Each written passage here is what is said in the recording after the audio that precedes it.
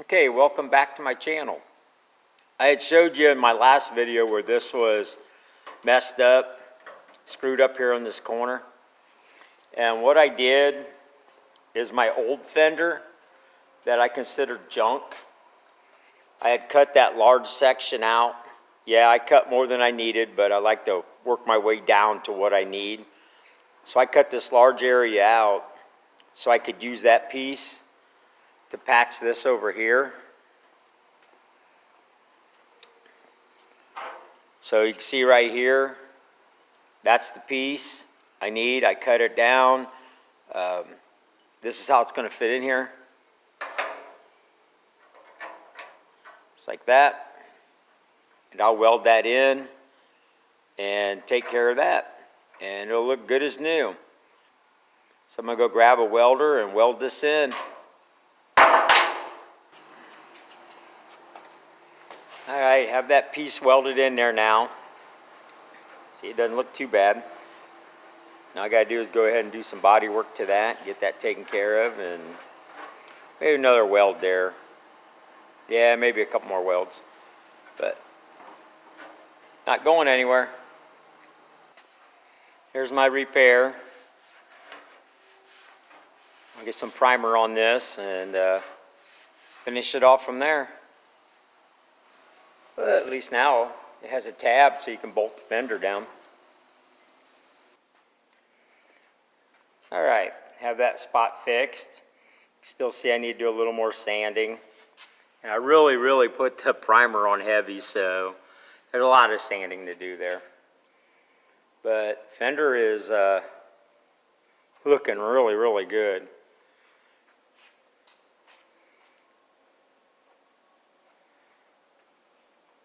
Really didn't take that much time to fix it, get it looking better. See the inside, taken care of. But I had this down to 220 and primered it. So right now it's sanded 220 with the primer coat. So from here we'll go to 320.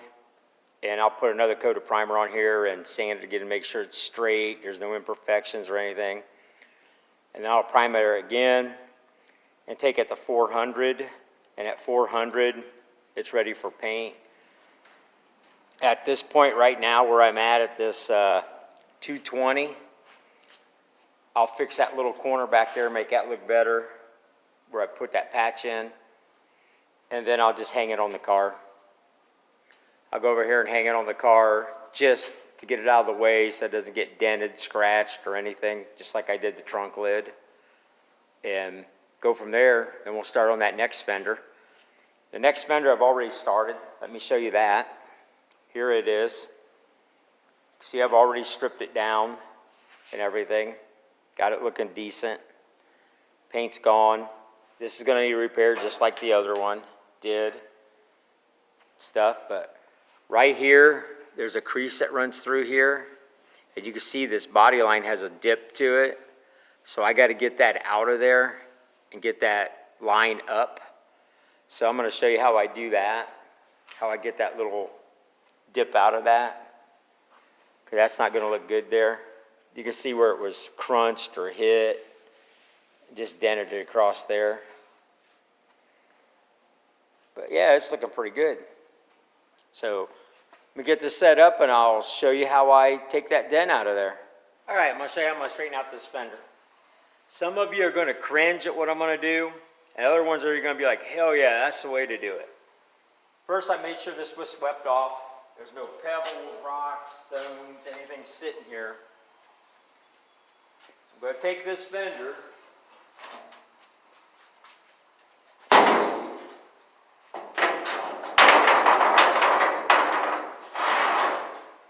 Set it right there on the concrete. Gonna grab a big 2x4 and a big hammer.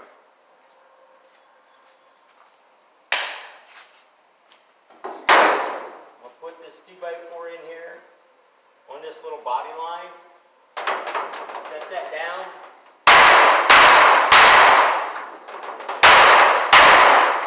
Give that a whack.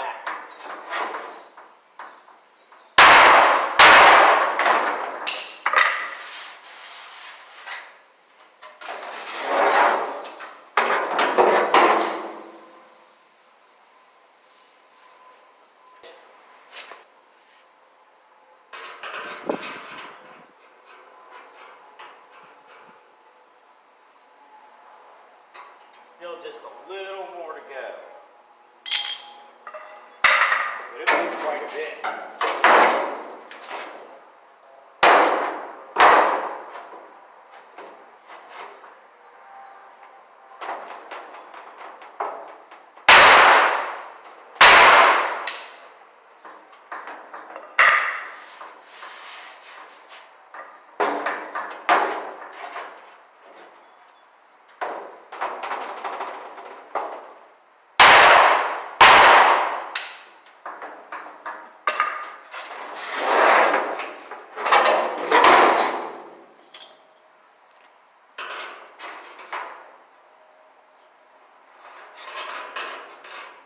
There we go. Straight. That's how I fix that. I'm getting ready to patch this fender, and it'll be the same way as the other one. And I know the other one I kind of zipped through some steps, but nothing important. But I'll show you this one. First thing I got to do is make sure I keep this, because the bottom of this fender actually rolls out towards the rocker. You know, it's not straight shot down. So you want that kick out still into your fender. And just like the other one, all I did is make a little template. And all this template does is you line it up at the top with your lines. And that's going to tell you down here where this kicks out, so I can follow this blue line and know exactly where I'm putting this back to. So that's one tool. The other one is a contour gauge or angle finder, or whatever you want to call it. You want to be able to keep this curvature, because you don't want this to kick out here, and you don't want it to be way back here. You want this to fit nice. So what I do is take it, put it on here. What I'm going to do is push it down. I'm going to lock it. And then there's my curvature. Right there's where it drops off at the bottom. So I know to put it on the bottom. And I'll have that all the way across there. So I can keep that roll or curve to it when I replace it. So I'll hang on to this too. So my next step is I'm going to cut this out. And you've already seen me cut the other one out. So I'm just going to skip that step, go get my cutoff wheel, and slice this out of here real quick. Got that piece cut out of there. See, it just locks in there like this, slides in the lock on that little roll. So I've got it cut out now. And I'll keep this because I'm going to use it as a pattern. And now I'm going to come in and cut this out so I can replace it next. Got that all patched in, and you can see the fiber strand that I'm working with. It's coming along really well. I'm going to have to stop for a while though. I got to be honest with you. All of us are seeing over 100 degrees. Right now it's like 87 in here, and I'm sweating just shooting this video. And other things are going on since it's summer. I've pulled my cars out of the other garages, and I'll show you why here in a minute. But since summer's here, I've got car shows, home repairs, things that need to be done during the summer. That's why most of the time I work on my cars in the winter time. That's when I can really get a lot done, because I don't have to worry about mowing, trimming, going to car shows. I just got to move some snow from time to time, and I can come out and work in the shop. So that's where I am on the Mustang. I've pushed it off to the side for now. It's not forgotten. It's not, hey, I'm never going to work on it again. It's just got to go to the side while I do other things. So I'm going to go ahead and show you what else is going on. Right now at the moment, I'm actually trying to sell the Oldsmobile and the truck to the same dealer who's looking at buying both of them. And the only reason for it is I love these vehicles. I think they're great, but I don't drive them. This truck was only out twice last year, And I got it out this year just to run some errands through town. And it's sad that it was my dad's truck, and it's been in the family since it was 2 years old, but I'm having a hard time climbing into it, and my wife can't get into it. So we can't take it really anywhere together, and we're getting older, and we'd like to spend some time together. Some people would see that the other way, but not me. The Oldsmobile's the same way. It sits in the garage a lot. I've had it out a couple times this year and taken it to shows and really had a great time. And it's won. Every show it's gone to, it has won. But I have my Buick, which there's little things that need to be fixed on it, and I need to really concentrate on it. And my Trans Am, I still have a clutch I got to figure out. I think I've got the wrong clutch bearing in it. I hear Pontiac makes a short, a medium, and a long, and I have a short in there, I'm pretty sure. And I have to press the pedal all the way to the floor just to get it to engage. So that's kind of an inconvenience. But I'll show you what I've got going on here now at my home and show you why summertime is so busy for me, besides the car shows and other things. So let me take you into a couple garages here, and I'll show you where these were all parked first, and we'll go from there. Okay, here's where I usually keep my cars and trucks. They sit in here, but as you can see, I also store all my lumber in here. So for home repairs, fixing things around the house, this is where all my lumber is. This is where my saws are kept. You know, my big saws, little saws, and everything. I keep my woodworking equipment in here. So I had to move them all out in order to get to the wood and get to some of the woodworking equipment. And that's why this shop looks like it does. I'm getting real close to getting things done, but got to keep moving on projects around here, and I have many, many more to do. So this garage is basically taken up with wood that I've sorted out so I can get things going. So let me take you to the other garage. Okay, in this one, you can see I moved some of my saws and stuff over here so I could work in this garage and cut my wood and everything.